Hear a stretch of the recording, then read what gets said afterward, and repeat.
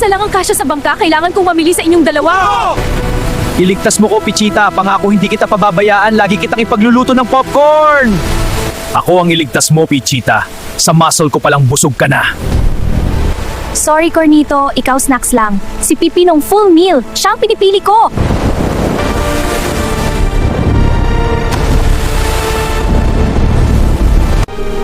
Salamat, Pichita. Hindi ka magsisisi sa akin. Alam ko kaya ikaw pinili ko, Pipinolito.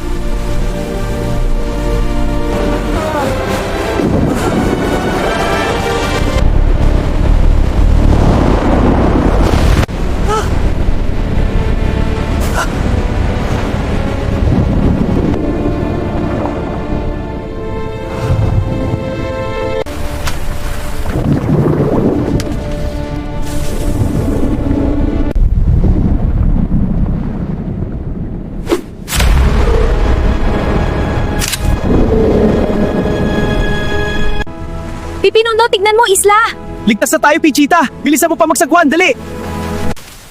Wow, Pipi, ang ganda ng shelter na ginawa mo para sa ating dalawa. Sorry, Pichita. Maliit lang talaga ang shelter. Kailangan mong gumawa ng sarili mong tulugan.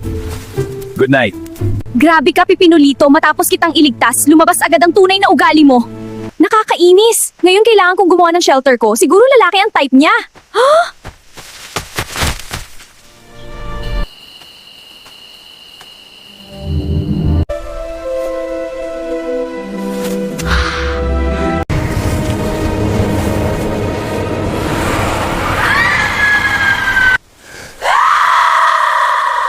Nasa panganib si Pichita.